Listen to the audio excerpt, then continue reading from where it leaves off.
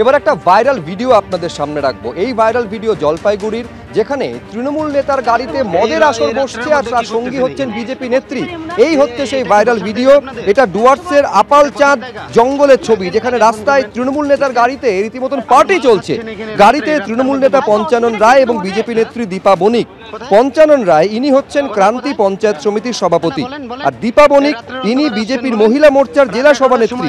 এক গাড়িতে প্রতিপক্ষ দুই নেতা নেত্রীর ভিডিও ভাইরাল হয়েছে, আর তাতে অস্বস্তি বেড়েছে তৃণমূল বিজেপি উভয় পক্ষেরই। এটা কি বসার জায়গা আপনাদের? এটা বসার জায়গা? ডাকেন, কাকে ফোন করবেন ডাকেন। আবার মাল খাচ্ছেন এখানে রাত্রে রাস্তার মধ্যে বসে। অসুবিধা কি আছে তোমাদের? হ্যাঁ, কোথায় কোথায় কোথায় না বলেন বলেন।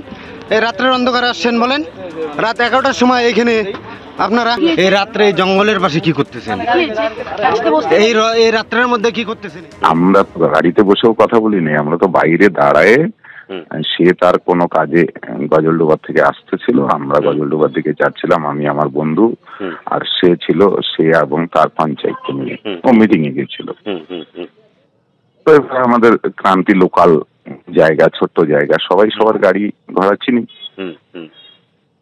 আটকানো হয়েছে, কথা হয়েছে, তারপরে দুইটা গাড়ি সাইড করে আমরা বাইরে কথা বলতেছিলাম। আচ্ছা, এইবার ওইখানে ইয়ং জেনারেশন, আজকের দিনে তো আমি বলবো ড্রাগ অ্যাডিক্টেড, আচ্ছা, তারা এসে প্রশ্ন করতেছে আপনারা এখানে কি করতেছেন, কে আপনারা? তো এবার ভিডিওটাতে আপনি নিশ্চয়ই দেখতে পাচ্ছেন যে আমি রাস্তায় দাঁড়ায় ওদের সাথে কথা বলতেছিলাম এবং আমার পরিচয় দিচ্ছিলাম। তারপরে এবার যদি 2-4-5 জন ইয়ং জেনারেশনের মানে ছেলে এসে কাউন্টার দেয়, তাহলে একটা মহিলা কোথায় যাবে? নিশ্চয়ই পাশে যে গাড়িটা ছিল সেই গাড়ির ভিতরে ঢুকে গেছে। হয়তো কারো চক্রান্ত ছিল ওখানে। আমরা 10-15 মিনিট কথা বলতেছিলাম, কেউ হয়তো আদারওয়াইজ নিয়ে আমাদেরকে ভাসানোর জন্য। একসাথে বসতে পারি আমরা?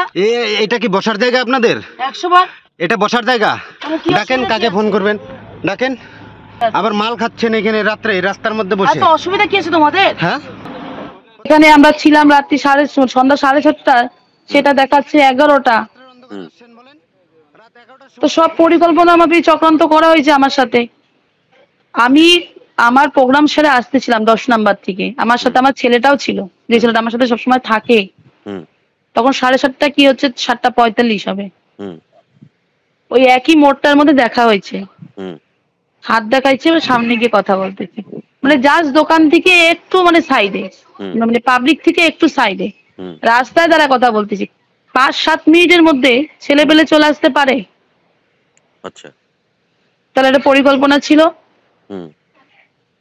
রীতিমতো তো মানে যেভাবে প্রেশার দিচ্ছিল, আমার গাড়িটা ছিল আগে, আমি কি করবো ওই পরিস্থিতি, কি করবো? এমন ভাবে প্রেশার দিচ্ছে, আমি না পারতেছি ফোন করতে, না পারতেছি কিছু করতে।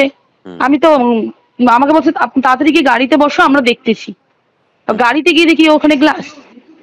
এবার আমার ভয়ের ছোট গ্লাসটা হাত দিয়ে সামনে দিচ্ছি।